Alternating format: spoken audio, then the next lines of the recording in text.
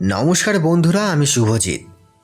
আজ তোমাদের জন্য থাকছে একটি সত্য ঘটনা। এখন থেকে প্রায় 300-400 বছর আগে এই বাংলার বুকে দাপিয়ে বেড়াতো এক ডাকাত বাহিনী। আজ সেই গল্পই বলবো তোমাদের। গল্পটি লিখেছেন বীরেন শাসমল। তবে গল্পটি শুরু করার আগে তোমাদের কাছে আমার একটা ছোট্ট অনুরোধ, তোমরা কোথা থেকে গল্পটি শুনছো সেটি যদি কমেন্টের মাধ্যমে আমাকে লিখে জানাও, তাহলে আমার এটা জেনে ভালো লাগবে যে আমার গল্পগুলি কোথায় কোথায় পৌঁছেছে। তাহলে শুরু করা যাক আমাদের আজকের গল্প, অশরীরী ডাকাত। জনহীন প্রান্তরে ঔরঙ্গজেবের পৌত্র আজিম উস-সানের শিবির পড়েছে।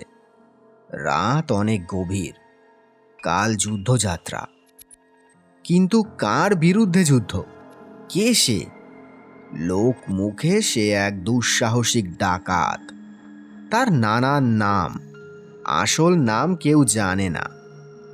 52 বাজার, 53 গলির চন্দ্রকোনা আর আশেপাশের 20-30-50 ক্রোশ জুড়ে সে নাকি এক বিভীষিকা। সে মানুষ না অশরীরী আত্মা, এ নিয়েও লোকের সংশয় আছে। ফোকলা দাঁতের 80 বছরের বুড়ি বলে, ও মা, সে তো এক দানব, ওর কথা তোলনি বাছা। সে আসে যেন কালবৈশাখীর ঝড়, দাপিয়ে বেড়ায়, ঘরদোর, দালান, কোঠা তছনছ করে, তারপর উধাও হয়ে যায়। মোড়া তো সব ছাগলের তৃতীয় সন্তান। মোগলে মারে লাত, ডাকাতে কাটে হাত। জ্ঞানী লোকে উদাস চোখে তাকিয়ে থেকে বলে, ও হলো গে মরুভূমির বুকে হঠাৎ ওঠা আঁধি। মশলার কারবারি হারু শেখ চুপি চুপি এক হাঁটু রেখে বলে, কেউ তাকে চোখে দেখতে পায় না ভায়া, কিন্তু সে সবাইকে দেখে নেয়। হাওয়ায় টের পাওয়া যায় সে এসেছে। একদিন মুকসুদাবাদের এক চটিতে ঘুমুচ্ছি, হঠাৎ চোখ খুলে গেল। ঘুমের দফা রফা দেখি কি, জানলার বাইরে ঠাঁঠা জোছনায় হাওয়া কেটে এগিয়ে চলেছে এক দুরন্ত ঘোড়সাওয়ার। পেছনে তার ফৌজ, খাঁটি আরবি ঘোড়া ভায়া, কি তার রূপের জুলুস। আপাতত চন্দ্রকোনা থেকে 4 কিলোমিটার দূরে আড়াবাড়ির জঙ্গলে সে ঘাঁটি গেড়েছে। মোগল ফৌজের কাছে তেমনই খবর। বিহারের রাজমহল থেকে মেদিনীপুরের জঙ্গলমহল, সর্বত্র সে চষে বেড়ায়। জঙ্গলমহল থেকে সুবর্ণরেখা পেরিয়ে জলেশ্বর পরগনা, সেখান থেকে উড়িষ্যার কেওনঝড় ময়ূরভঞ্জ পর্যন্ত দুর্গম পথের প্রত্যেকটি বাঁকে তার লোক। যে বিশাল প্রান্তরে শিবির পড়েছে, তার ডান দিকে কয়েক ক্রোশ ধুধু ফাঁকা মাঠ। ডাকাতের ভয়ে লোকে এ পথে কস্মিন কালেও পা রাখে না। চাষিরা তো নয়, বছরের পর বছর বাঁঝা পড়ে থাকে তাদের জমি। এখানে ওখানে বংশবিস্তার করে সাবাই ঘাস, বেনা ঘাস আর খস। খানেক দূরে থাকড়া থাকড়া উঁচু জমি, জলা, মুজে যাওয়া বা মরা নদীর হাড়গোড়, আর আছে বাঁদার ভুলভুলাইয়া। লোকে ওদিকে আঙুল দেখিয়ে বলে, বাদাই না বলে বেঘরে পেরান যাবে। এখান থেকে আবছা রেখার মতো দেখা যায় গাছেদের পরিবার। চেনা মানুষটার চোখ কেমন হয়ে যায়। ওসব পলাশ, শাল, শিমল, সেগুন আর হরিতকি গাছের জঙ্গল। ওই জঙ্গলের গভীরে তেনাদের ডেরা। ওথা দিন মানে সূর্যি ঢোকেনি, ও এক মরণ কুয়া। গভীর রাতে কান্না শোনা যায় গো। কতজন যে ডাকাতের হাতে পেরান দিয়েছে। সুবেদার আজিম উস-সান খাঁ যাকে দায়িত্ব দিয়ে পাঠিয়েছেন, তার নাম হামিদ কুরেশি উর্ফ শামসির খাঁ। পরবর্তীকালে তিনি শ্রীহট্টের ফৌজদার হয়েছিলেন। সিপাহশালার শামসির খাঁ একা বসে আছেন খাস কামরায়। তাকে বেশ উদ্বিগ্ন দেখাচ্ছে। বিশেষ কেউ আজ তার সঙ্গে দেখা করতে আসবে। শামসির খানের আদেশে মোগল শিবিরে আজ কড়া নিরাপত্তা।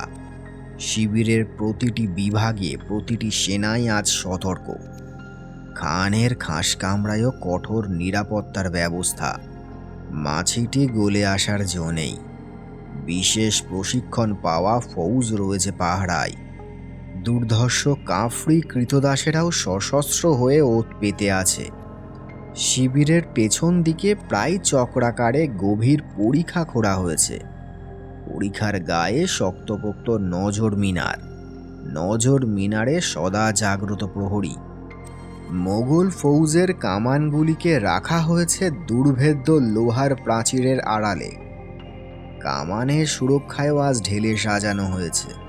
শিবিরের সব আলো সিপাহ সালারের নির্দেশ মতো নিভিয়ে রাখা হয়েছে। শুধু বাইরে জ্বলছে একটি মশাল। সিপাহ সালারের খাস কামরার প্রবেশপথে একটি সোনার প্রদীপ অকারণে যেন জ্বলে জ্বলে শেষ হচ্ছে। রাত আরো গভীর হলো। আকাশে বোধহয় চাঁদ ছিল, এখন আর নেই। চন্দ্রকোনার প্রান্তর ঘিরে বয়ে গেল এক ভৌতিক হাওয়া। এত মানুষের সুরক্ষায় থেকেও সিপাহ সালারের কেন জানি গা ছমছম করে উঠল। লোকটা এখনো আসছে না কেন? কে এই আগন্তুক? তার কথায় রাজি হয়ে গিয়ে বড় বেশি ঝুঁকি নিয়ে ফেলেছেন সিপাহ সালার। অথচ এছাড়া উপায় নেই। এইটুকু ঝুঁকি না নিতে পারলে বঙ্গদেশে মোগল সূর্য চিরতরে ডুবে যাবে। বাদশাহ ঔরঙ্গজেব বিপর্যস্ত। ইংরেজ, ফরাসি, ওলন্দাজ যাদেরই তিনি বাণিজ্য করার অনুমতি দিয়েছিলেন, তারা সবাই বঙ্গদেশ লুণ্ঠন করতে শুরু করেছে। ইংরেজরা দখল করে নিয়েছে সম্রাটের হিজলি কুঠি। এদিকে আফগান বিদ্রোহী রহিম খাঁ উড়িষ্যা থেকে এসে মিলেছে চিতুয়া বর্দার জমিদার শোভা সিংহের সঙ্গে। শোভা সিংহ যদি ধ্বংস হলো, তো তার ভাই হিম্মত সিংহ এসে মিলল রহিম খাঁর সঙ্গে। রহিম খাঁ হয়ে গেল বঙ্গদেশের আতঙ্ক। বর্ধমান থেকে তাড়া খেয়ে সে এসে গা ঢাকা দিয়েছে আড়াবাড়ির জঙ্গলে। আর এই আড়াবাড়ির জঙ্গলের নদী নালা, গাছগাছালি, পাথর পর্যন্ত নাকি ডাকাতের দোস্ত। না, লোকটা বোধহয় তাকে বোকা বানালো। এমনও তো হতে পারে আড়াবাড়ির জঙ্গলের কুখ্যাত ডাকাত দুঃসাহসিক তারিক তাকে এবং তার ফৌজকে এভাবে শিবিরে আটকে রেখে লুট করে নিয়ে গেল গোটা চন্দ্রকোনা। কিচ্ছু বিশ্বাস নেই ডাকাত তারিককে। যদি তাই হয়, তবে তিনিও এর শেষ দেখে ছাড়বেন। এইভাবে বসে রইলেন শামসির খাঁ। উৎকণ্ঠায় অস্থির, অথচ চুপচাপ বসে আছেন তিনি। গোটা বঙ্গদেশ আজ অরাজক। আজকেই মুনিবজি তাকে একটি করুণ ছবি দেখিয়েছেন তার আলাপে। হুজুর, চারদিকে কেমন শুনশান। মানুষগুলোর মুখে হাসি নেই, কথাও নেই। এত বড় মুঘল ফৌজ ঘাঁটি, তবুও তাদের ভয় নেই। কদিনের ভেতরেই তো পয়লা বৈশাখ, বাংলাদেশে নতুন বছরের উৎসব। কিন্তু কোথায় উৎসব? নবপত্রিকা, মঙ্গলঘট, মূর্তি পূজা, হালখাতা, মিষ্টান্ন বিতরণ, গান বাজনা, কোনো কিছুই থাকবে না। বাংলাদেশ মরা নদী, ফসলহীন ফুটিপাটা মাঠের মতো সে বুক ফাটিয়ে কাঁদবে। দেখে নেবেন হুজুর, মানুষ থাকলে তো রাজ্য থাকবে। উৎপাদন হলে তো মানুষের কাছে সোনা চাঁদি থাকবে। সোনা চাঁদি থাকলেই তো খাজনা দেবে। রাত তৃতীয় প্রহরে শিবিরের সামনে এসে দাঁড়ালো এক ছায়া মূর্তি। মশালের আলোয় ছায়া ছায়া আড়াল আগন্তুককে কোনো আশ্রয় দিল না। নির্দেশ মতো সেনাধ্যক্ষরা তৈরি। নজর মিনারে অপেক্ষমান তীরন্দাজ। কামানের হাঁ মুখে বারুদ নিয়ে আদেশের অপেক্ষায় বারুদিয়া। উন্মুক্ত তরবারি হাতে পদাতিক। লোকটি শালগুড়ির মতো প্রকাণ্ড, দীর্ঘ তার শরীরের গঠন। অন্ধকারে অন্ধকার হয়ে কালো আলখাল্লায় আপাদ মস্তক ঢেকে ছায়ামূর্তি প্রধান ফটকে এসে দাঁড়ালো। হঠাৎ কোথা থেকে তীব্র এক ঝলক আলো এসে পড়ল তার হাতে। আলোয় সে তার হাতে রাখা পাঞ্জাটা মেলে ধরল। শাস্ত্রী তাকে প্রধান ফটকের প্রবেশপথে যাওয়ার জায়গা ছেড়ে দিল। দ্বিতীয় এবং তৃতীয় ফটকেও সে পাঞ্জা দেখিয়ে প্রবেশের অধিকার পেল। তারপরে বেশ কিছুটা ফাঁকা জমি, চাতাল, পাথরের বেদি। লোকটি একটু থমকে দাঁড়ালো। সিপাহশালার খাস কামরা থেকে ভেসে এলো চকিত আলোর ছটা। নিঃশব্দে যমদূতের মতো দুই কাফরি কৃতদাস এসে তার হাত ধরে নিয়ে গেল সিপাহশালার খাস কামরায়। দরজা বন্ধ হলো। ভেতরে দুজন মাত্র বিশেষ প্রহরী মূল কামরার দরজায় মোতায়েন রইল, বাইরে বাছাই করা সৈনিক। কিন্তু সবকিছু নিঃশব্দে ঘটে যেতে লাগলো। বন্দেগি জনাব। কি সংবাদ এনেছো? আগে আমার পত্রবাহক দুজনকে মুক্তি দিন। শামসির খান ইঙ্গিতে রক্ষী দুজনকে বলে দিলেন কি করতে হবে। এবার বলো, তোমার আসল নাম কি? শর্ত ছিল সিপাহীশালার আমার আসল নাম জিজ্ঞাসা করবেন না। ডাকাতরাজ ধ্বংস হওয়ার পরই এ বান্দা তার আসল পরিচয় জানাবে। বেশ, মঞ্জুর। আমার হাতে সময় খুব কম, আর আপনারও। কি করে বুঝলে আমার হাতে সময় কম? সামনেই বর্ষাকাল, হুজুরকে অভিযান বন্ধ রেখে দিল্লি ফিরে যেতে হবে। বুদ্ধি আছে তোমার। এখন বলো তো, নিজের জীবন বিপন্ন করে তুমি নবাব শিবিরে এসেছো কেন? বাংলার মানুষের জীবন রক্ষা করতে আমাকে এভাবে আসতে হয়েছে হুজুর। কেউ তোমার পিছু নেয়নি, তুমি নিশ্চিত তো? দুজনের জান নিতে আমি বাধ্য হয়েছি হুজুর। আমি বুঝতে পারছি না তোমার কি স্বার্থ আছে এতে। আমি বাংলার শান্তি ফেরাতে চাই জনাব। যে ডাকাতি করে বেড়ায়, খুন, জখম, লুটতরাজ, অগ্নিসংযোগ এগুলিয়ে যার কাজ, সে চায় শান্তি। লুট আর রক্তপাত আমাকে কিছুই দেয় না জনাব, সার বুঝেছি। তুমি তো লুট করা সম্পত্তির বখরা পাও। তোমার মধ্যে হঠাৎই ফকিরি ভাব। বখরা নিতে গিয়ে আমাকে অনেক বখরা দিতে হয়েছে হুজুর। সে এক লম্বা ফিরিস্তি।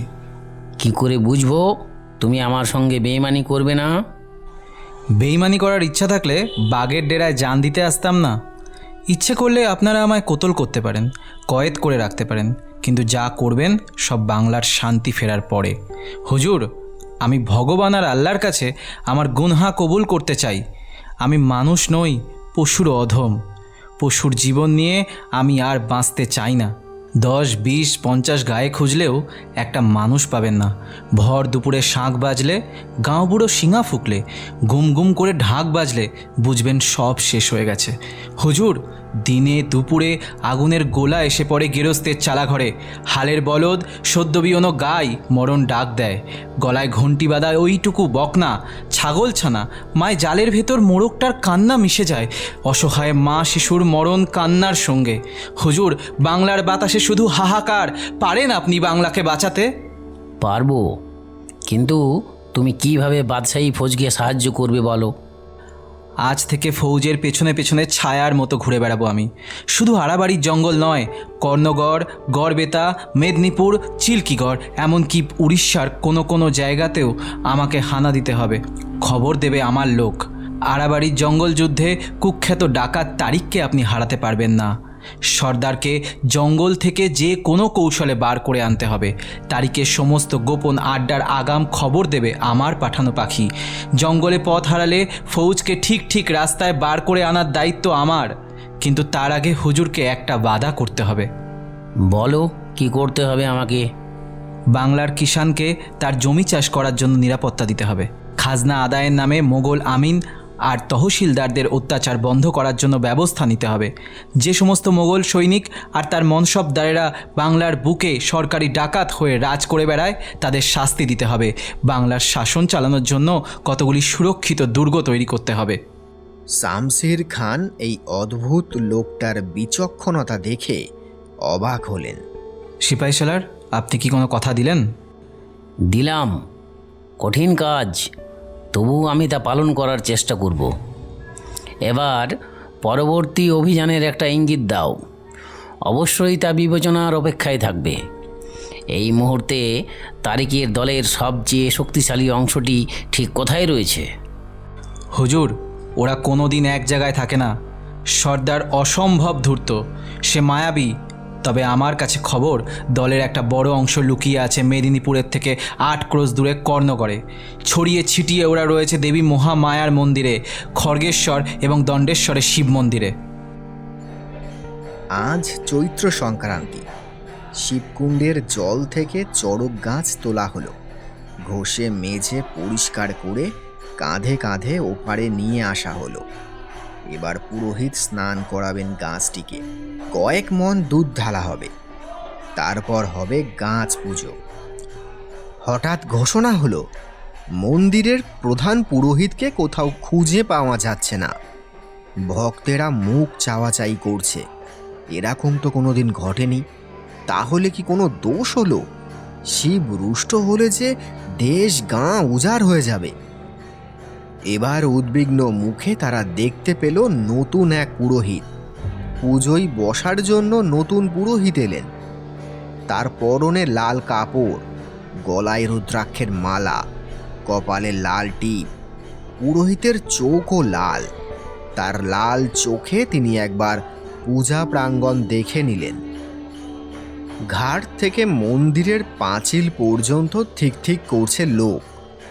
পুরোহিত অদ্ভুত চোখে একবার প্রবেশ পথের দিকে তাকিয়ে রইলেন। প্রস্থান পথটিও একদিকে এবং একমাত্র। প্রস্থান পথটিকে বলে হাওয়া খান তোরণ। তোরণের দিকে তাকিয়েই পুরোহিত যেন চোখ বন্ধ করে ধ্যান করে নিলেন। আবার চোখ খুললেন, দেখলেন অচেনা লোকজন তোরণদ্বার রোধ করে দাঁড়িয়ে আছে। তার ভুরু কুঁচকে রইল। পুরোহিত গাছ পুজোয় মন দিলেন। ঢাক ঢোল কাঁসর ঘণ্টার তুমুল শব্দে মেলা প্রাঙ্গণ মুখর হয়ে উঠল। ধূপ ধুনোয় হাওয়া ভারী। পুজোর ফাঁকে পুরোহিতের চোখ আবার গেল তোরণের দিকে। লাল পোশাক পরা সন্ন্যাসীরা যখন চড়ক গাছ ঘিরে দাঁড়ালো, তখন উপস্থিত 10 গায়ের মানুষের চোখও চড়ক গাছ। এ সন্ন্যাসীদের তো এরা আগে দেখেনি। হ্যাঁ গো, দূর দূরান্ত থেকে ভক্তরা এসেছে নাকি? শুধলেন এক বৃদ্ধ। তার চেনা সন্ন্যাসী উত্তর দেওয়ার আগেই ছো মেরে তার মুখ থেকে কথা তুলে নিল আরেকজন। সবই বাবার ইচ্ছে, বম বলে। বাবা তারকনাথের চরণে সেবা লাগে বাবা। বৃদ্ধ বিড়বিড় করে বললেন, এবারে কি মন্দির কমিটির নতুন নিয়ম চালু করলো? জন্মেও এমন দেখেনি বাবা। ঢাকে তাল পড়ছে, ধুনোর ধোঁয়ায় চারদিক আচ্ছন্ন। আবার ঘোষণা, এবার গাছ পোতা হবে, সবাই তফাতে যাও। গাছ পোতা হলো। জনতার উত্তেজনা বাড়ছে। গাছের মাথায় ঝোলানো হলো বাঁকানো পোক্ত বাঁশ। রং বেরঙের কাপড় দিয়ে সাজানো চলছে। খবর রটে গেল, এবার গুরুদেব 2 সন্ন্যাসীর পিঠে বড়শি ফোড়াবেন। গুরুদেব আসছেন, সবাই পথ ছেড়ে দাঁড়াও। এদিকে কর্ণগড়ের মূল মন্দিরের পেছনে শিবকুণ্ডের বাঁদিক বরাবর আবছা জংলি গাছগাছালি। ঝুঁকে পড়া লতানো ঝোপের আড়ালে পারাং নদীতে অপেক্ষায় আছে কতগুলি নৌকা। নৌকায় কারা বসে আছে কেউ জানে না। জলে কোনো শব্দ নেই। ঘোলাটে নদী কেমন যেন আতঙ্ক ভরা স্রোত নিয়ে ধীরে ধীরে বইছে। আবার ঘোষণা হলো, বড়শি ফোড়াবেন নতুন গুরুদেব। ঢাক শব্দ করে উঠল। জনতা চঞ্চল হয়ে উঠেছে। আগের গুরুদেব কোথায় গেলেন? নতুন গুরুদেবের সঙ্গে চোখাচোখি হলো 2 সন্ন্যাসীর। কিছু কথা হয়ে গেল চোখে চোখে। মেলা প্রাঙ্গণে ছড়িয়ে পড়ল দ্বিগুণ ধোয়া। বেজে উঠল সানাইয়ের সুর। ঢাক বাজতে লাগলো দ্বিগুণ শব্দ করে। পরিবেশ গুরুগম্ভীর হয়ে উঠল। পারাং নদীতে অপেক্ষায় থাকা নৌকাগুলো এবার সচল হয়ে চলতে শুরু করলো। নিঃশব্দে নৌকাগুলো শিবকুণ্ডের বাঁধানো ঘাটে এসে ভিড়ল। একসঙ্গে সার সার নৌকো থেকে ঘাটের সিঁড়িতে উঠে এলো নৌকোর আরোহীরা। মুখে তাদের মুখোশ, হাতে তরোয়াল, পিঠে বর্ষা, কারো আবার তীর ধনুক। এত নৌকা, এত মুখোশধারী মানুষ দেখে জনতা হতবাক। ততক্ষণে নৌকার মুখোশধারীরা ঘিরে ফেলেছে লাল পোশাকের সন্ন্যাসীদের। মুহূর্তের মধ্যে তীর ধনুক হাতে পাঁচিলে উঠে পড়ল তারা। একজন মুখোশধারীর হাতে ঢাকের কাঠি। সে ঢাক পিটিয়ে বলল, ভক্তেরা ভয় পাবেন না, উৎসব চলবে। ফৌজিদের বলছি, মন্দিরের পবিত্রতা কেউ নষ্ট করবেন না। ভক্তদের বলছি, 6 মাস ধরে কুখ্যাত ডাকাত তারিকের দলবল সন্ন্যাসী হয়ে দণ্ডেশ্বরের শিব মন্দিরে আপনাদের চোখে ধুলো দিয়ে লুকিয়েছিল। আজ তারা মোগল সেনাপতি শামসির খানের হাতে বন্দী। আপনাদের কোনো ক্ষতি হবে না, উৎসব চলতে থাকুক।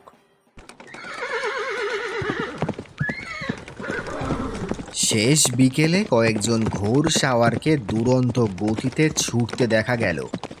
রাস্তা পাথুরে, বালি আর ধসে ভরা। ঘোড়াকে নানাভাবে উত্ত্যক্ত করেও গতি বাড়ানো যাচ্ছে না।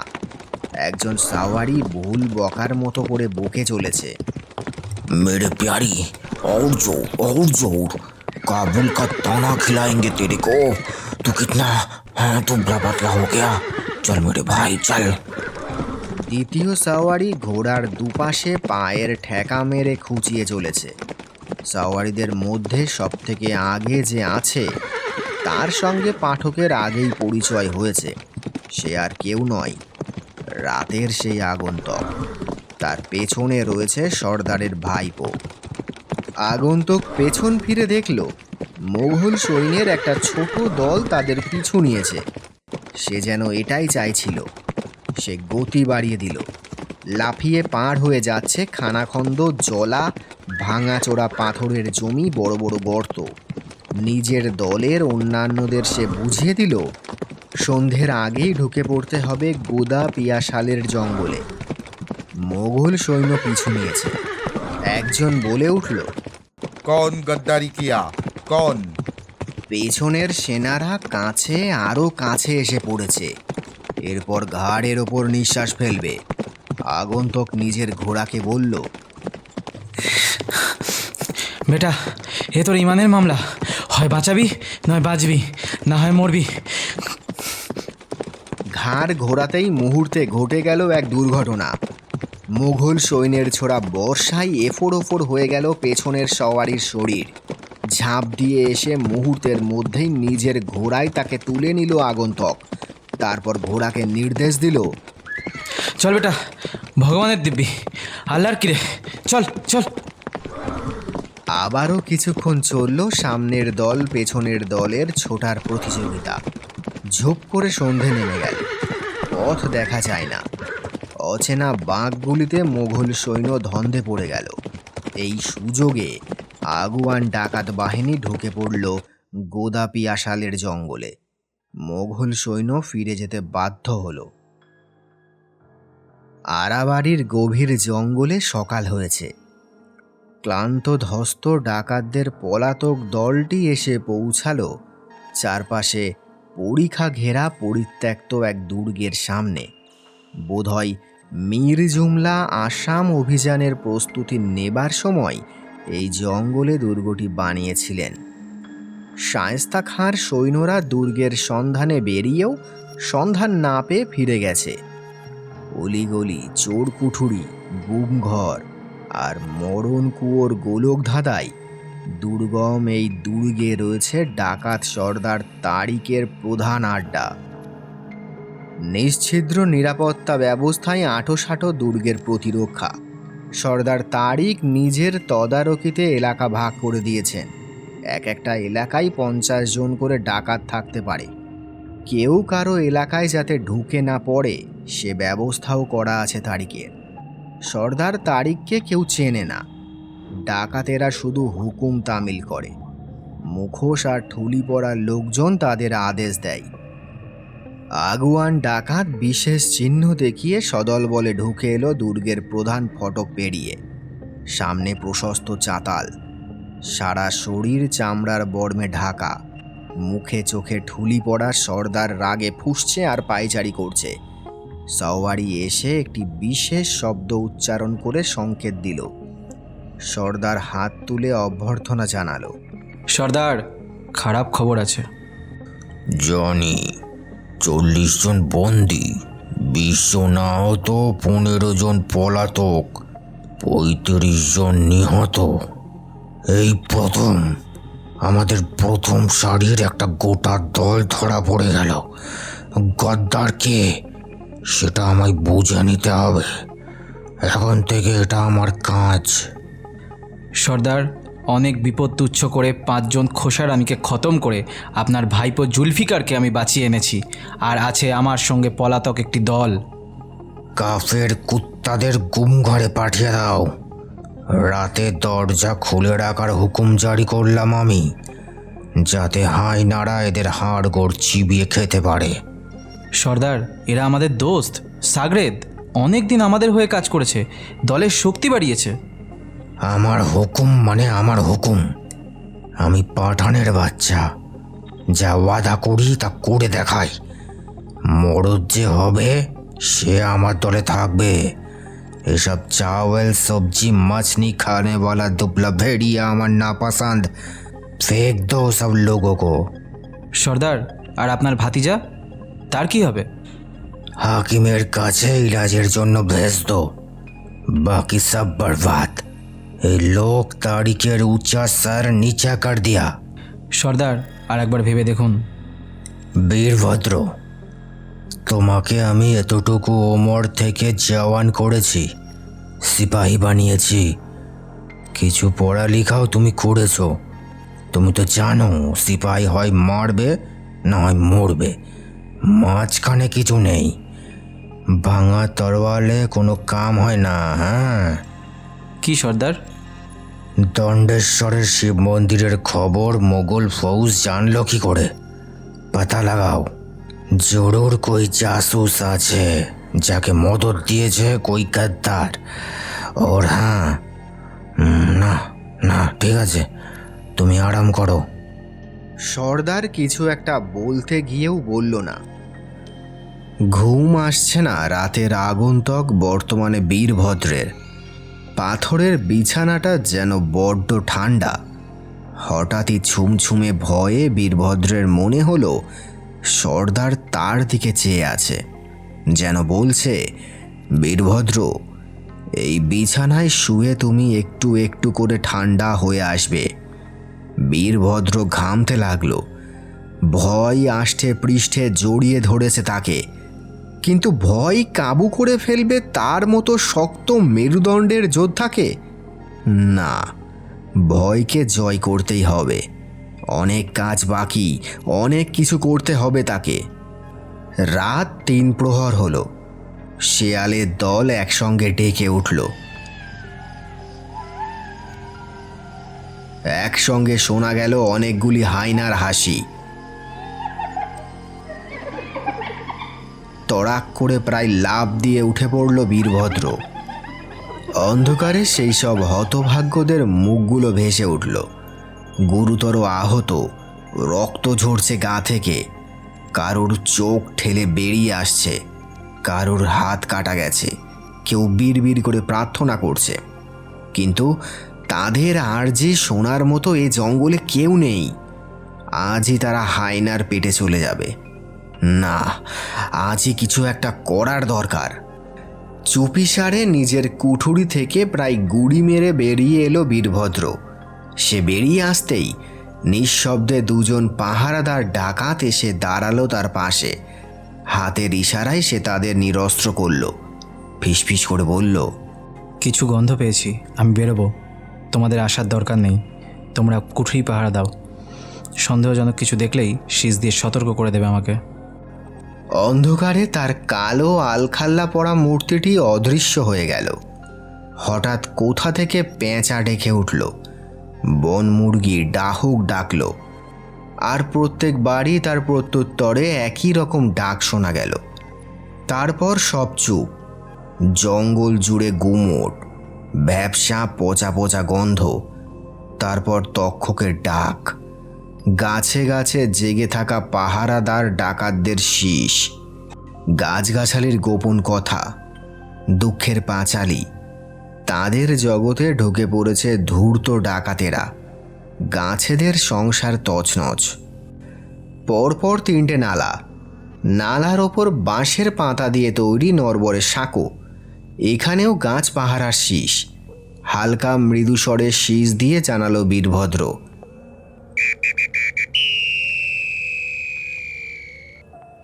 সাঁকো পার হয়ে সে উঠে গেল এক টিলায়।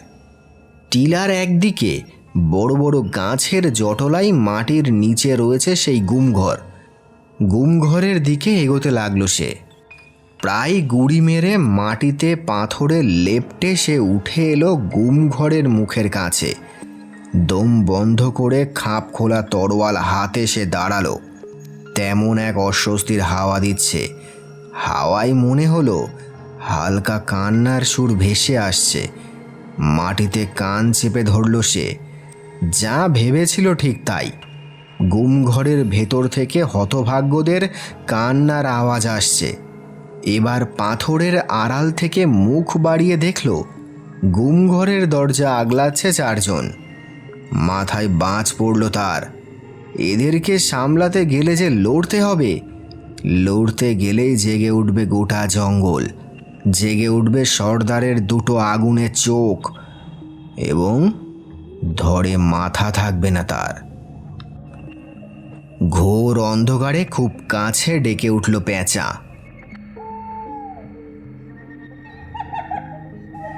তারপর হায়নার হাসি।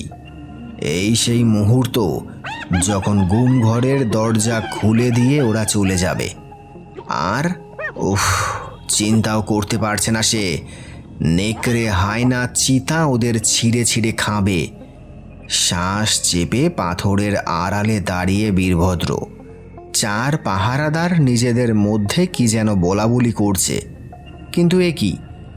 অন্ধকারে এক ছায়ামূর্তি এসে দাঁড়ালো তাদের সামনে, আর তারা হাঁটু গেড়ে বসে পড়ল। কে এই ছায়ামূর্তি?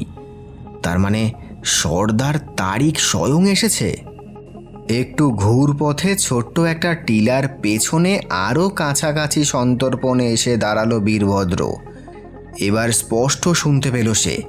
সর্দার বলছে, মিগুয়েল, তুমি রনপা বাহিনীর সর্দার, দলের সম্পদ। তুমি এখনই রওনা হয়ে যাও চন্দ্রকোনা। হাওয়ার আগে আগে যাবে। ওখানে বিল্লিকা গল্লিতে রয়েছে আমাদের কামান ঘর। দায়িত্বে আছে সরফরাজ। ওকে আমার এই চিঠিটা দেবে। যদি ধরা পড়ো তাহলে চিঠিটা গিলে ফেলবে। জঙ্গলের শেষ প্রান্তে গিয়ে রনপা লুকিয়ে রাখবে ঘন জঙ্গলে। বড় রাস্তায় ওঠার আগে ফকিরের জব্বা পরে নেবে। এই কামটা করতে পারলে জবর ইনাম মিলবে সর্দারের হাত থেকে।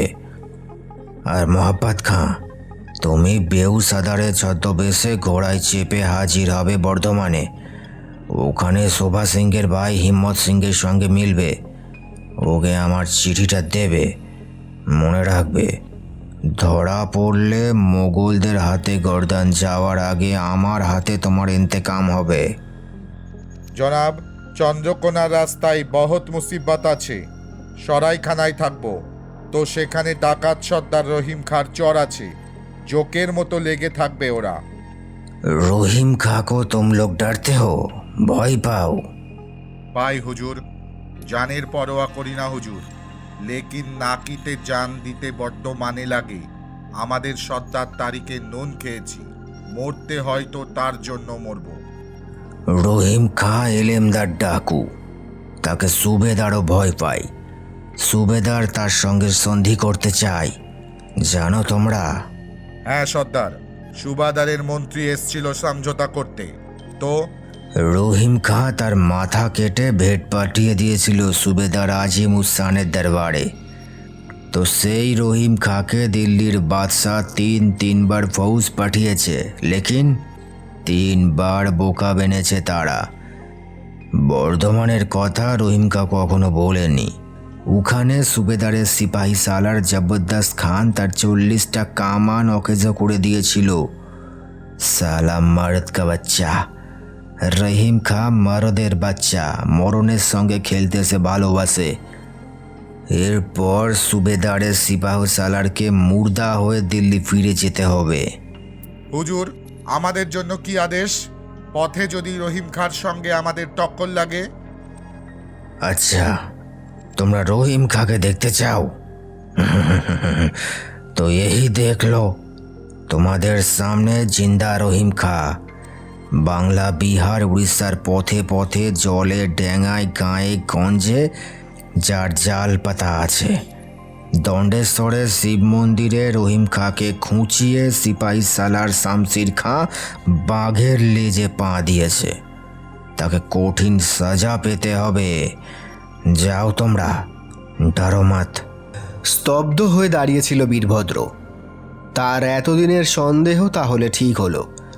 বাদশাহী ফৌজকে ধোঁকা দেওয়ার জন্য রহিম খাঁ কখনো কুখ্যাত ডাকাত তারিক, কখনো সালাদিন, কখনো জং বাহাদুর, কখনো মোস্তাফা। কতটা ধূর্ত বুদ্ধি থাকলে নিজের দলের লোকেদের কাছেও সে তারিক সেজে থাকতে পারে, তাও এতদিন ধরে। চতুর বীরভদ্র কর্তব্য স্থির করে নিল। স্থির প্রতিজ্ঞায় সে গুহা মুখে এসে দাঁড়ালো।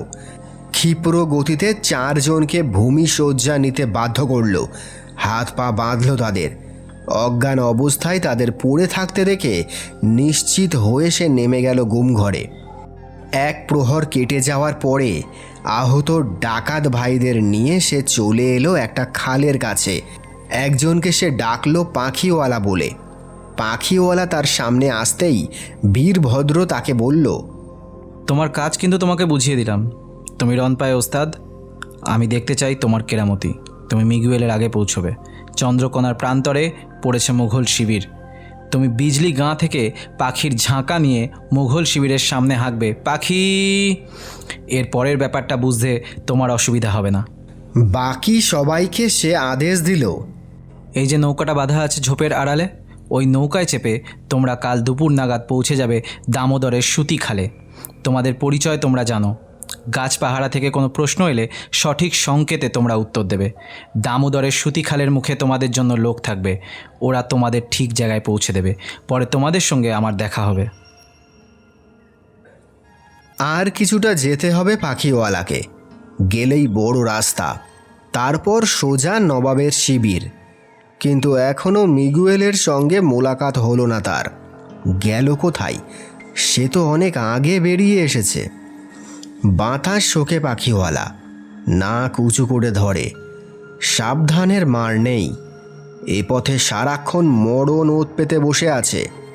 সামনে বিরাট সবাই ঘাসের জঙ্গল। গতি কমবে তার। মাঝে মাঝে বেনা ঝোপ। গাছের ডালে ওত পেতে থাকতে পারে চিতা। অজগর মুখ বাড়িয়ে ঝুলতে পারে শিকার ধরার জন্য। কিসের একটা শব্দ হলো যেন। চিরুনি দিয়ে হাওয়া আশ্রাতে লাগলো পাখিওয়ালা।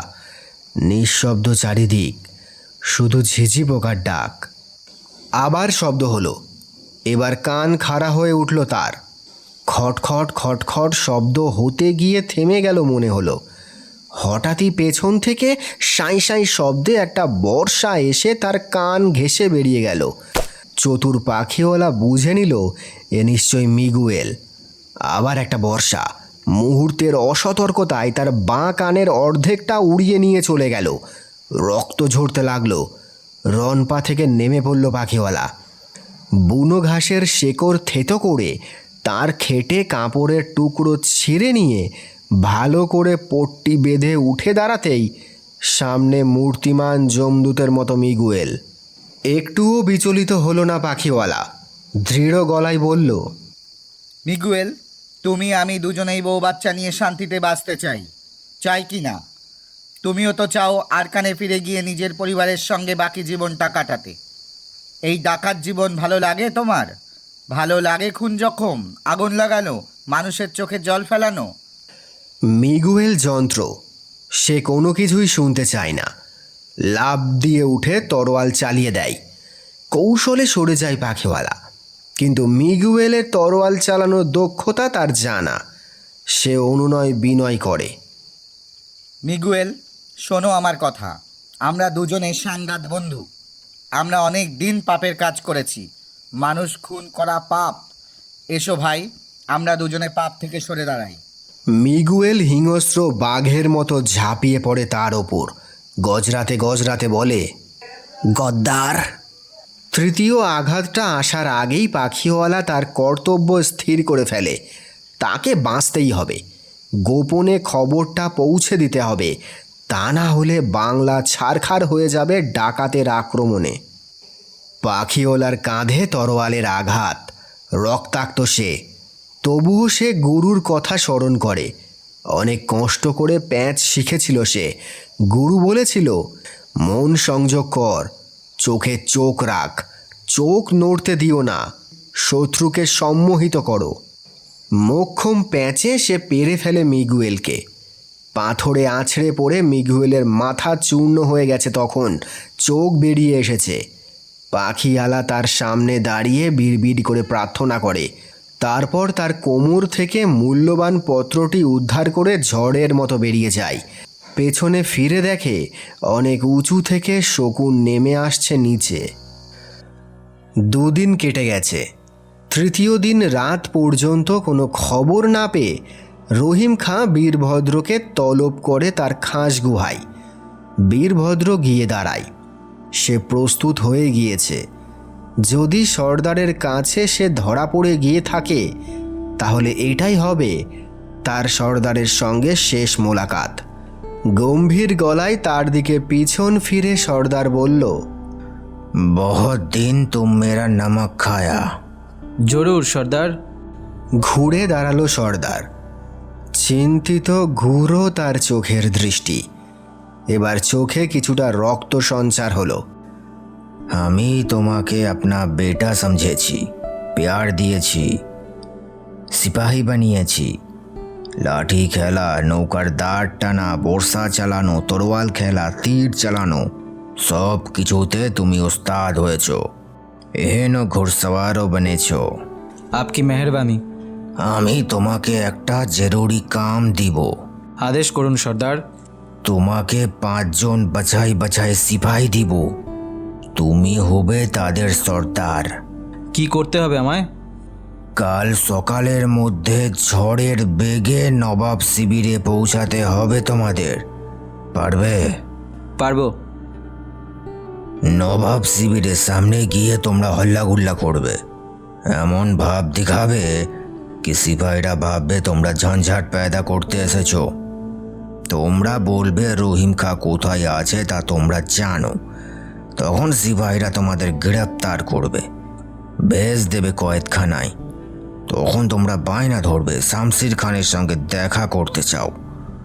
ওরা তখন সিপাহী সালার শামসির খানের সামনে তোমাদের হাজির করবে। তোমরা হার আদমি তখন দাবি করবে তোমরা রহিম খাঁর খবর জানো। শামসিরের মাথা খারাপ করে দেবে তোমরা। তখন তোমাদের ওরা কয়েদে পড়বে না।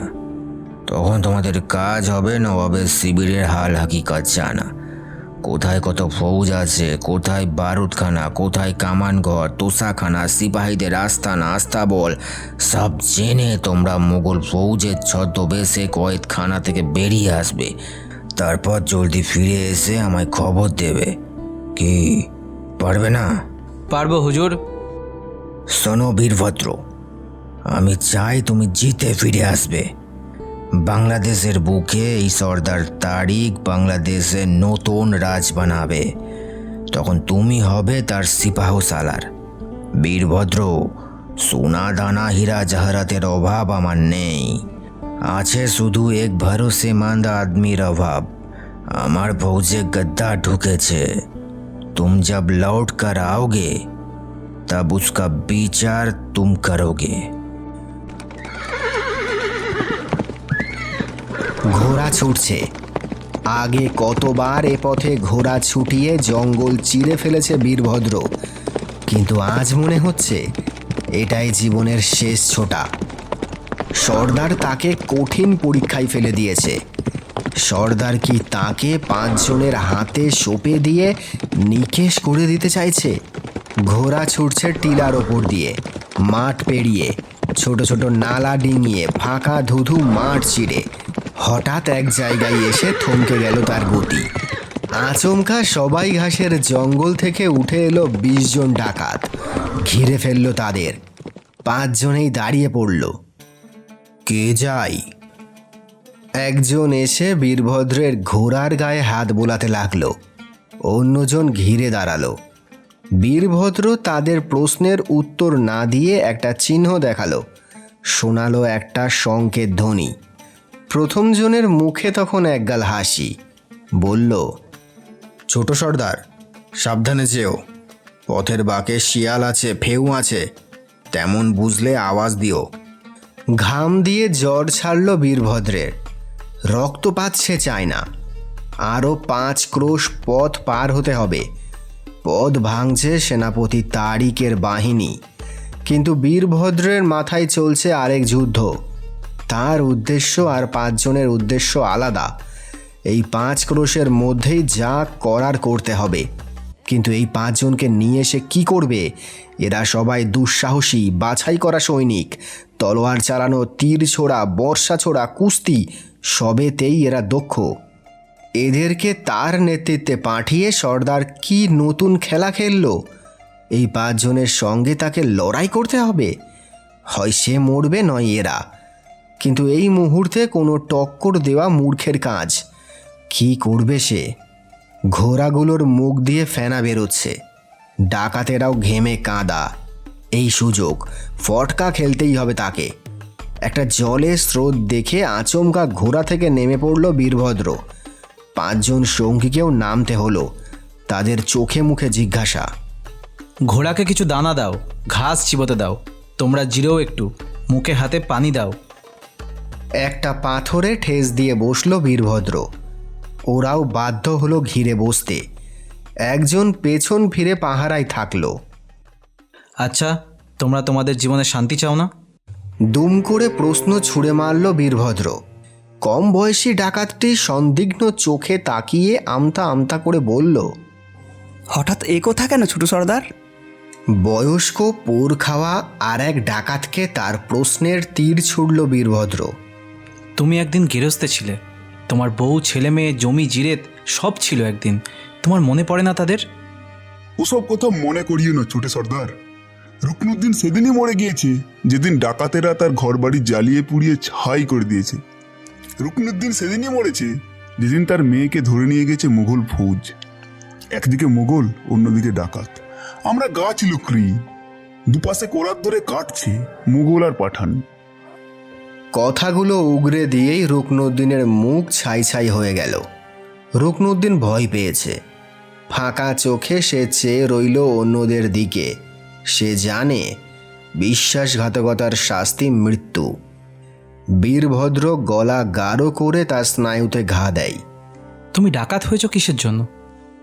তোমার নিজের উপর রাগ হয়, ঘেন্না হয়, কান্না পায়, কিন্তু তোমার বাইরের ডাকাতের পোশাকটা তোমাকে কাঁদতে দেয় না। ঠিক বলিনি? রুকনুদ্দিন হাউ হাউ করে কেঁদে ওঠে। আর 4 জন ঘিরে বসে থাকে রুকনুদ্দিনকে। বীরভদ্র এবার শেষ অস্ত্র প্রয়োগ করে। সবার উদ্দেশ্যে সে বলে, নারী শিশুর কান্না দেখে তোমাদের মনে পড়ে না তোমাদের ফেলে আসা জীবনের কাহিনী? ওদের চোখ চিকচিক করে। ওরা চুপ। স্মৃতির মলিন আস্তরণ মুছে ফেলে ওরা অনেক পেছনে হেঁটে যায়। আমি তোমাদের মান দেব। তোমরা ফিরে পাবে তোমাদের ঘর, সংসার। একদিন তোমরা জমিতে চাষ করতে পারবে। তারপর অনেক কথা হয়। হাতে হাত রাখে ওরা। 6টি ঘোড়া এবার ভিন্ন পথ ধরে পৌঁছে যায় নবাব শিবিরে। পরিকল্পনা মাফিক একজন সওয়ারি ফিরে আসছে। তার কাছে হাতে গরম খবর। তাকে দ্রুত পৌঁছাতে হবে জঙ্গলে। সর্দারকে খবর দিতে হবে। ঘোড়সওয়ারির ঘোড়া গিয়ে থামল জঙ্গল দুর্গের ভাঙা পাঁচিলের কাছে। ঘোড়া থেকে নেমে সওয়ারি শটান চলে এলো তরুণের কাছে। গাছ পাহারা হাঁকল। কত নম্বর? 103। জল কোথায় যায়? নদীতে। নদী কোথায় পড়ে? সাগরে। প্রধান ফটক খুলে গেল। সামনেই সর্দার তারিক। ফাঁদে পাখি পড়েছে সর্দার। বেশ, বাজ পাখি, 3 দিকে ভাগ হয়ে গিয়েছে। কোথায় কোথায়? মেদিনীপুর, চন্দ্রকোনা, বর্ধমান। তুমি একা ফিরে এলে? ছোট সর্দার মোগল শিবিরে বন্দি। বাকি 4 জন? 3 জন বিল্লিকা গল্লিতে, একজন হিম্মত সিংহের সঙ্গে দেখা করতে পথে। নতুন কি আছে তোমার ঝোলায়? কাল রাতে নবাব শিবিরে আমোদ ফুর্তি খানাপিনা হবে, সেনারা শরাব খেয়ে বেসামাল হবে। ঠিক সেই সময়ে যদি... ঠিক আছে, এবার তুমি আরাম করো, ঠিক সময়ে নির্দেশ পাবে। আজ পূর্ণিমা, চাঁদের আলোয় ভেসে যাচ্ছে পথঘাট। ভগবানের দূতের মতো হাওয়ায় উষ্ণিস উড়িয়ে সাদা ঘোড়ায় রহিম খাঁ। এই বিশেষ ঘোড়াটি তার খুব আদরের। বহু যুদ্ধের সাক্ষী, 2000 রণপা, 200 ঘোড়া, 2000 পদাতিক, 3000 তীরন্দাজ, 1000 সড়কিওয়ালা বেরিয়ে আসছে জঙ্গল থেকে। চন্দ্রকোনা এখান থেকে আর 5 ক্রোশ। আজ সর্দারের নতুন বেশ, সাদা দরবেশের পোশাক, গলায় হীরের মালা, চামড়ার কোমরবন্ধে ঝুলছে প্রিয় তলোয়ার। আর কিছুক্ষণ বাদে রহিম খাঁ বাংলা, বিহার, উড়িষ্যার সুবেদার হবে। বড় রাস্তা ছেড়ে বনের আড়ালে আড়ালে মেঠো পথ ধরে কখনো গ্রামের রাস্তায় সাপের মতো এঁকে বেঁকে এগিয়ে চলেছে ওরা। রহিম খাঁর আদেশে 1 ভাগ গিয়ে পৌঁছাবে বিল্লিকা গল্লির বারুদখানায়। সেখানে তাদের জন্যে অপেক্ষায় আছে অনেকগুলি কামান। আক্রমণে প্রথমে থাকবে কামান বাহিনী, আরেকটি দল চুপিসারে গিয়ে ঘিরে ফেলবে নবাব শিবির। সংকেত পাঠাবে ছোট সর্দার। তৃতীয় দলটি থাকবে প্রস্তুত, দক্ষিণ দিক থেকে এগিয়ে আসা হিম্মত সিংহের বাহিনীর সঙ্গে মিলবে। সবাইকে জানিয়ে দিল রহিম খাঁ, বর্ধমানের পরাজয়ের প্রতিশোধ নিতে হবে, দণ্ডেশ্বরের গদ্দারির প্রতিশোধ নিতে হবে। ওদিকে সুবেদার আজিম উসানের শিবিরে চলছে অন্য নাটক। রহিম খাঁর গোটা ছকটাই পৌঁছে দিয়েছে বীরভদ্র। সুবেদারের শিবির অপেক্ষা করে আছে রুদ্ধশ্বাস পরিণতির জন্য। আপাতত শিবির ঘুমোচ্ছে, কোথাও কোনো শব্দ নেই। বিল্লিকা গল্লিতে ঢুকে নিঃশব্দে বারুদখানায় ঢুকে পড়ল প্রথম দল, কিন্তু তারা কোনো কিছু বুঝে উঠবার আগেই বন্ধ হয়ে গেল বারুদখানার মূল দরজা। কামান ঘরে ঢুকে ডাকাতেরা হতভম্ব। সব কিছু ওলট পালট, লণ্ডভণ্ড, কামান অকেজো, বারুদের ভাড়ারও শূন্য। বিস্ময়ের ঘোর কাটতে না কাটতেই ডাকাতেরা চিৎকার করে উঠল, হামে কই ধোকা দিয়া হে ভাই। কিন্তু বেশি শব্দ করতে পারল না তারা। অসংখ্য লোহার হাত তাদের মুখ চেপে ধরল। কিন্তু বিল্লিকা গল্লি থেকে নিঃশব্দে বেরিয়ে এলো কামানবাহী একটি দল। নির্দিষ্ট জায়গায় চুপচাপ দাঁড়িয়েছিল রহিম খাঁ, সঙ্গে বাহিনীর এক অংশ। তারা দেখল ঠাঠা জ্যোৎস্নায় যেন ভেসে ভেসে আসছে ফেরেস্তা দল। ভেতরে ভেতরে উত্তেজিত রহিম খাঁ এবার 2 দিকে 2টো পাখনা সমেত মূল আক্রমণে যেতে আদেশ দিল সে। খবর মোতাবেক সুবেদারের শিবিরের মূল ফটকটি খোলা। ডাকাত বাহিনীর আগুয়ান কামান বাহকেরা ঢুকে পড়ল শিবিরে, পেছনে পেছনে পদাতিক বাহিনী। কিন্তু হঠাৎই বন্ধ হয়ে গেল ফটক। জেগে উঠল শিবির, হাজার মশাল জ্বলে উঠল অকস্মাৎ। নেশাচ্ছন্ন সেনারা কোনো জাদু মন্ত্র বলে মারমুখী হয়ে রে রে করে উঠল। চারদিক থেকে অবরুদ্ধ ডাকাতেরা ঘোর কাটতে না কাটতেই বুঝে ফেলল তারা ফাঁদে পড়েছে। কিন্তু তারা পিছু হটে যাবার পাত্র নয়। তারা লড়তে লাগলো দুঃসাহসী ডাকাতের মতোই। নজর মিনার থেকে ঝাঁকে ঝাঁকে তীর বর্ষণ হতে লাগলো তাদের ওপর। সুবেদারের ঢাল বাহিনী বেপরোয়াভাবে বর্ষা চালাতে চালাতে যুদ্ধরত ডাকাতদের চারিদিকে বুহ ছোট করে আনতে লাগলো। এবার খোলা তলোয়ার হাতে প্রাঙ্গণে নেমে এলো শামসির খাঁ। শিবির থেকে ঘোষণা হলো, রহিম খাঁ, তোমার দলের অসংখ্য ডাকাত নিহত, তুমি আত্মসমর্পণ করো। কিন্তু কোথায় রহিম খাঁ?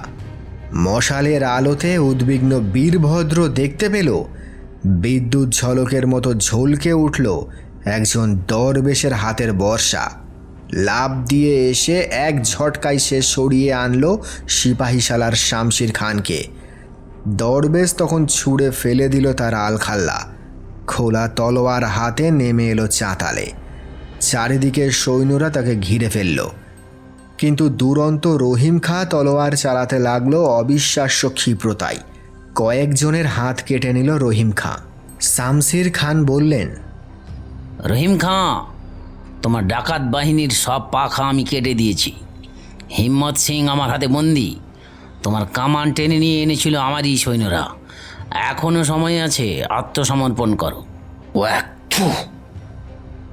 পাঠান যেমন তার জবান ছাড়ে না, তেমনি তার তেরোয়ালও ছাড়ে না।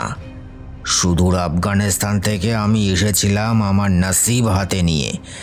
আমার আব্বা ছিলেন সামান্য সিপাহী, তার থেকে আমি হয়েছি উড়িষ্যার দণ্ডমুণ্ডের কর্তা। বাংলা আমার হাতের মুঠোয়। মোগলের হাত থেকে ক্ষমতা যাবে আমার হাতে, আমার। যদি সাহস থাকে তো এসো, এক হাত লড়ে যাও। বাংলাদেশে হয় মোগল থাকবে, নয় পাঠান। তোমাদের উজিরের মাথার মতনই তোমার মাথাটাও আমি কেটে ভেট পাঠাবো ঔরঙ্গজেবের কাছে।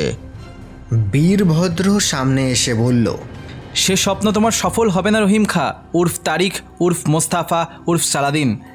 রহিম খাঁ সালাদিন ছিল খাঁটি মানুষ, খাঁটি ইনসান।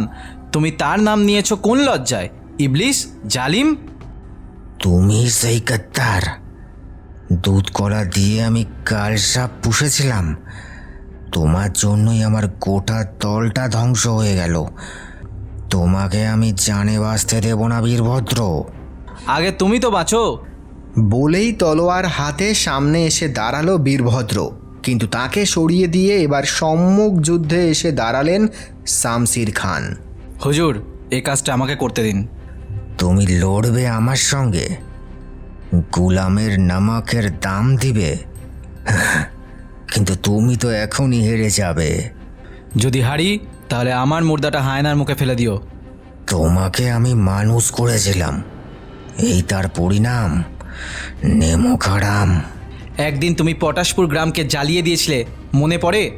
মনে পড়ে গরিব কৃষক আমার বাবা মাকে আগুনে ছুঁড়ে ফেলে দিয়ে 9 বছরের আমাকে তুমি ঘোড়ার পিঠে তুলে নিয়ে গিয়েছিলে মগধের হাতে বিক্রি করে দেবে বলে? মনে পড়ে আমার বাবা যখন কাঁদছিল, জল চাইছিল, তখন তুমি তাকে খেতে বাধ্য করেছিলে তোমার মূত্র? সেই কান্নাটা আজ আমি তোমাকে ফেরত দেব রহিম খাঁ। আড়াবাড়ির জঙ্গলে মীর জুমলার ফেলে যাওয়া কুঠিতে তুমি লুকিয়ে রেখেছো ঘরা ঘরা মোহর, হিরে মুক্ত, মণি, সোনা, রূপো। এসব এখন থেকে সরকারের বাজেয়াপ্ত হবে। তোমার পাপের সম্পদ দরিদ্রদের মধ্যে বিলিয়ে দেওয়া হবে। শূন্যে লাফ দিয়ে ওঠে রহিম খাঁ। তার তরোয়ার চলে বিদ্যুতের গতিতে, কিন্তু বীরভদ্র আজ দানবের মতো। সে হার মানে না। ঘোর যুদ্ধ চলে প্রহরের পর প্রহর। তারপর এক সময় রহিম খাঁর বুকে তরবারি বসিয়ে দেয় বীরভদ্র। তারপর বীরভদ্র মাটিতে হাঁটু গেড়ে বসে ঈশ্বরের কাছে প্রার্থনা করে। ইতিহাস বলে রহিম খাঁর দলের অনেক ডাকাতকে মুঘল সেনাবাহিনীতে নিযুক্ত করা হয়। বীরভদ্র ফৌজদার হন, শামশির হন শ্রীহট্টের ফৌজদার। নমস্কার বন্ধুরা, আমি শুভজিৎ। গল্পটা তোমাদের কেমন লাগলো অবশ্যই জানিও কমেন্টের মাধ্যমে। আর তোমরা কোন বিষয়ে জানতে চাও বা কোন ঘটনার কথা জানতে চাও সেটিও আমাকে কমেন্টের মাধ্যমে জানাতে পারো। আমি চেষ্টা করব সেগুলি তোমাদের সামনে উপস্থাপন করার। আর তোমরা যারা এখনও এই চ্যানেলটিকে সাবস্ক্রাইব করোনি তারা প্লিজ চ্যানেলটিকে সাবস্ক্রাইব করে দিয়ে আমার পাশে থেকো। দেখা হবে খুব তাড়াতাড়ি আবার একটা নতুন ভিডিওর সাথে। ভালো থেকো, সুস্থ থেকো এবং ক্রিয়েটিভ সোলের পাশে থেকো। ধন্যবাদ।